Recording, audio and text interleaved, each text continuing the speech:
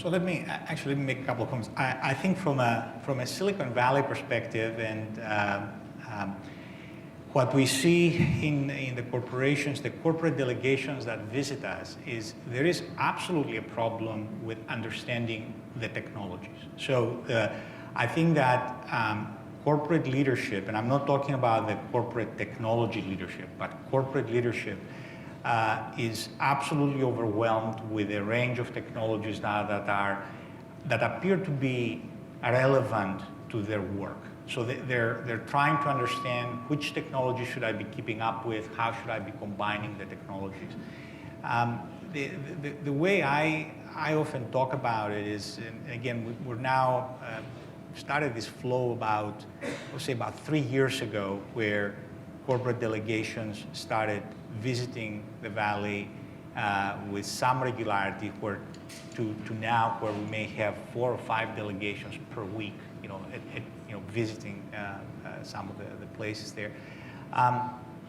There are really 3 phases in my mind. There is kind of like the exploration phase, the education phase, and the activation, if you want to call it, phase. And in the exploration phase, we see a lot of those visits. I often call them, visiting Jerusalem. If you're a Christian, you go to Jerusalem because that's a big objective to demonstrate your faith.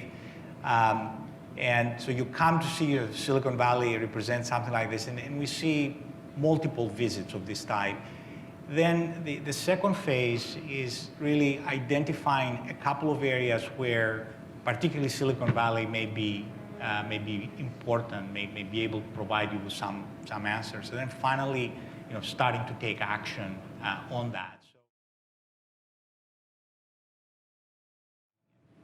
Yeah, I would agree with that, Bill. I think when we look across organizations right now, I would say being plugged into the ecosystem is probably the critical skill.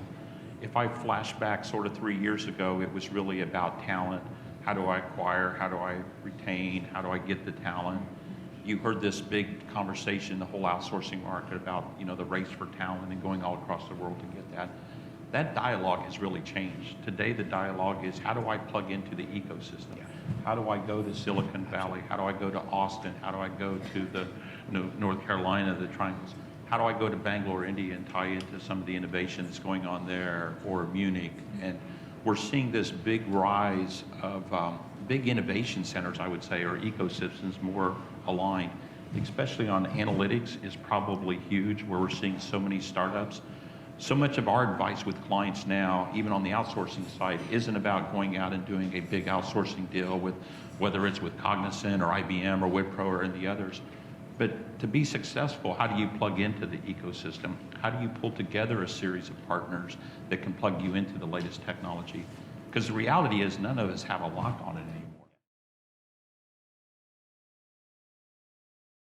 One of the reasons why we've just established something we call the Collaboratory, 300 yards from here in a WeWork building. Yep. WeWork, for those of you who don't know them, are kind of the Regus, the modern Regus. Co-location, office sharing.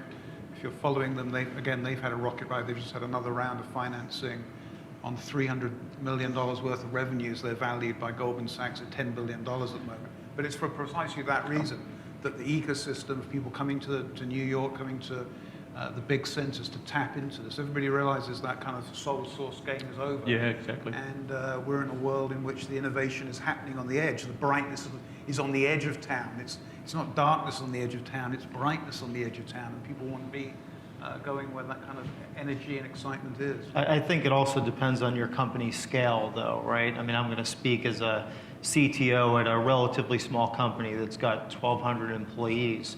It's interesting sitting next to venture and consulting people. For us, it's not about plugging into an ecosystem or being a part of the Valley or Austin. We're really just looking for partners that can bring to the table skills we need, right? A good example is I'm out here delivering apps for Nick and Ranger fans, and we're plugged into a company at Carnegie Mellon called YinzCam that has incredible access to technical skills and assets. So for us, we're not big enough to say we need a presence in the Valley, for example. We're not GM, we're not somebody with that scale.